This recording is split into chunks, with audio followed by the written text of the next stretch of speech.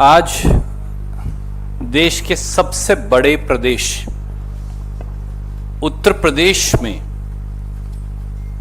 हो रहे हाहाकार, अनाचार, हत्या, डकैती, गुंडई, कब्जे और संगठित अपराध, उसको लेकर हम आपके बीच में उपस्थित हुए हैं। भारतीय जनता पार्टी के शासन में उत्तर प्रदेश अब अपराध प्रदेश बन गया है। श्री आदित्यनाथ बनाम अजय सिंह बिष्ट जी की सरकार अब केवल प्रदेश में हो रही हत्याएं, अबोध बेटियों और बच्चियों से बलात्कार, गुंडागर्दी, डकैती, चोरी, कब्जे, संगठित अपराध और सब कुछ सरकार के संरक्षण में उसके लिए जानी जाती है। उत्तर प्रदेश में लगता है कि संविधान और कानून का नहीं, अपराध का शासन है। जिस प्रकार से 17 जुलाई 2019 को मूर्तिया गांव सोनभद्र में 3 महिलाओं सहित 10 आदिवासी परिवारों के लोगों की दिन दहाड़े 200 व्यक्तियों द्वारा बंदूकें, भाले, लाठियां लेकर जिस प्रकार से उन्होंने आक्रमण कर 10 आदिवासियों की हत्या की, 28 को चोटें पहुंचाई, यह दिखाता है कि संगठित अपराध आदित्यनाथ जी उर्फ अजय सिंह बिष्ट जी की नाक के तले उनकी इशारे से पनप रहा है।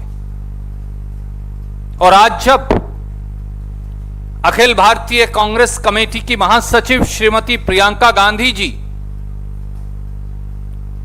उन आदिवासी परिवारों के, जिन्होंने 10-10 परिवारजन खोए उस दुर्दांत आतंकी हमले में, उनके आंसू पोंछने के लिए गई थी, तो बजाय अपराधियों को सजा देने के आदित्यनाथ सरकार ने अपनी क्रूरता और अपराध का संरक्षण का परिचय देते हुए कांग्रेस की महासचिव श्रीमती प्रियंका गांधी जी को गिरफ्तार कर रखा है। दोस्तों, इस देश के नागरिक जानना चाहते हैं, क्या अपराध से पीड़ित लोगों के आंसू पोंछना अब इस देश में अपराध है? क्या 3 लोगों के साथ चौथी श्रीमती प्रियंका गांधी स्वयं उनके साथ कानून की अनुपालना में धारा 144 का उल्लंघन किए बगैर उन परिवारों के पास जाकर मिलना अब अपराध बन गया है? क्या गुंडागर्दी, दबंगई, गुंडई, जमीनों पर कब्जे और संगठित अपराध, उनका बोलबाला चलेगा या उत्तर प्रदेश में कानून का शासन चलेगा? क्या उत्तर प्रदेश में अब विपक्ष के नेताओं के जाने पर पाबंदी है क्योंकि सब मौलिक अधिकार उत्तर प्रदेश से अब खारिज किए जा चुके हैं? क्या उत्तर प्रदेश में अपराधियों को सजा देने की बजाय विपक्ष के नेताओं को जेल की सलाखों के पीछे रखा जाएगा ताकि कोई जनता की आवाज ना उठाई जा सके? श्रीमती प्रियंका गांधी जी आज मुजफ्फरपुर से केवल सोनभद्र जाना चाहती थी। कोई पाबंदी, किसी कानून का उल्लंघन नहीं। धारा 144 भी है तो 5 लोगों से ज्यादा हो तो धारा 144 का उल्लंघन होगा। उन्होंने स्वयं संवेदनशील रवैया दिखाते हुए कहा कि मैं केवल 3 लोगों को अपने साथ लेकर जाऊंगी। उसके बावजूद भी पुलिस के अधिकारी कहते हैं हमें ऊपर से आदेश आया है। वो आदेश अमित शाह जी का है, नरेंद्र मोदी जी का है, आदित्यनाथ जी का है। वो किसका आदेश है?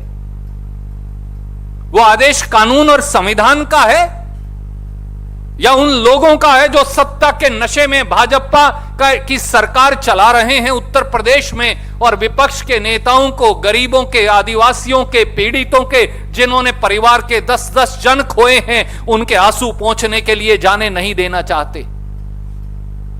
क्या इस प्रकार की सरकार को और मुख्यमंत्री को, जहां ना किसी कानून का उल्लंघन हो रहा, ना धारा 144 का उल्लंघन हो रहा, ना किसी प्रकार का वहां जलसा जुलूस कांग्रेस पार्टी के साथ ही कर रहे श्रीमती प्रियंका गांधी कर रही, तो फिर किस कारण से आज सुबह से अब तक उन्हें चुनार गेस्ट हाउस के अंदर नजरबंद कर पुलिस की कस्टडी के अंदर रखा गया है?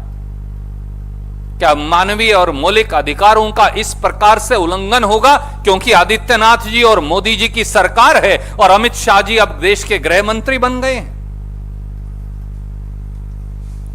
दोस्तों, सच्चाई यह है कि जब से माननीय आदित्यनाथ जी उर्फ अजय सिंह बिष्ट जी मुख्यमंत्री बने हैं और भाजपा की सरकार बनी है, आए दिन भारतीय जनता पार्टी की सरकार में दबंगई, गुंडई, हत्या, बलात्कार, उसकी अनेकों घटना हो चुकी है।